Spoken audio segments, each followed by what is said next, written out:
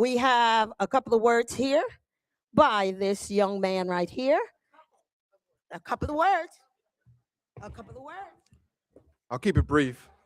My name is Marwan Cameron. I'm the founder of the League of Black Male Voters, the Conduit, which is live broadcasting now, and Gather Together, Grow Together. I have a dream. I'm not going to do that. Today, January 18th, we pause to honor the life of the Reverend Dr. Martin Luther King Jr. Not the version we have grown comfortable with, not the version reduced to a single line or a child or children's poster, but the full man, the full weight of his words, the full burden of his conscience. Because Dr. King did not only dream, he questioned, he wrestled, and he warned.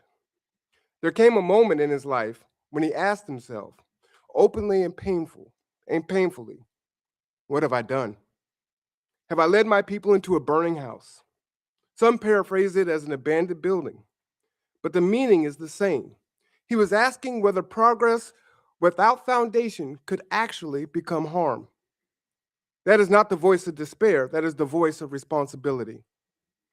Dr. King understood that access without security is fragile, that inclusion without repair is incomplete, that opening doors does not matter if the floor beneath you is unstable.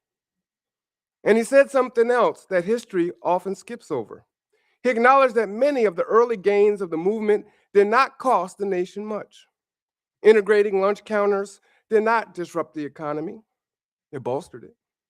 Opening public accommodations did not require deep sacrifice. Even securing the vote, while monumental, did not immediately touch the nation's wealth. But then came the harder work, the work that required investment, the work that required resources, the work that required honesty. Dr. King explained that poverty, slums, and inequality cannot be resolved without costing the nation something real. And that was where resistance hardened. He did not say this in anger, he said it in clarity. He reminded us that at the very same time, Black people were denied land, denied opportunity, denied economic floor. This country was actively providing land, education, training, low-interest loans to others, not quietly, not accidentally, but intentionally. And then came the line that history has tried to bury under comfort. When we come to Washington, we are coming to get our check. That was not a threat. That was not bitterness. That was an accounting. Dr. King was speaking about moral balance, about promises made and obligations unmet, about the difference between charity and repair. He was teaching that dignity requires substance, that justice must eventually be measured, that progress must show up in lived conditions, not just language. And yet later in his life, Dr. King admitted something deeply human. He said that the dream he spoke had at times turned into a nightmare, not because the dream was wrong, but because it had misunderstood. It was simplified and it was sanitized. He realized that optimism without realism could mislead, that hope without structure could exhaust people, that the movement focused only on surface change could leave deeper wounds untouched.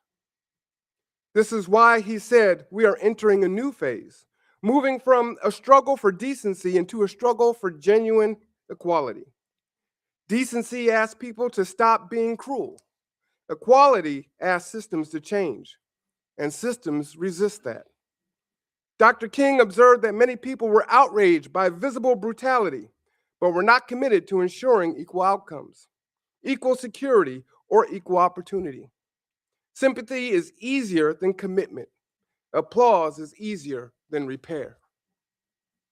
This is not a political observation, it is a human one. And as the weight of these realizations pressed on him, Dr. King admitted fatigue.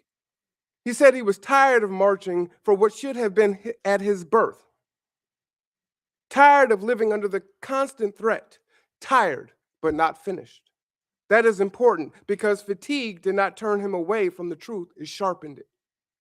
He never abandoned nonviolence, but he was clear that it was a method, not denial, a discipline, not submission, a strategy shaped by circumstance, not a lack of urgency. Above all, Dr. King was never interested in comfort.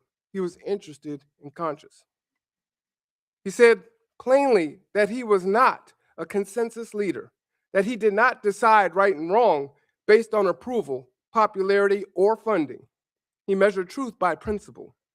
That is why his words still unsettle. That is why they still matter. That is why they still feel unfinished.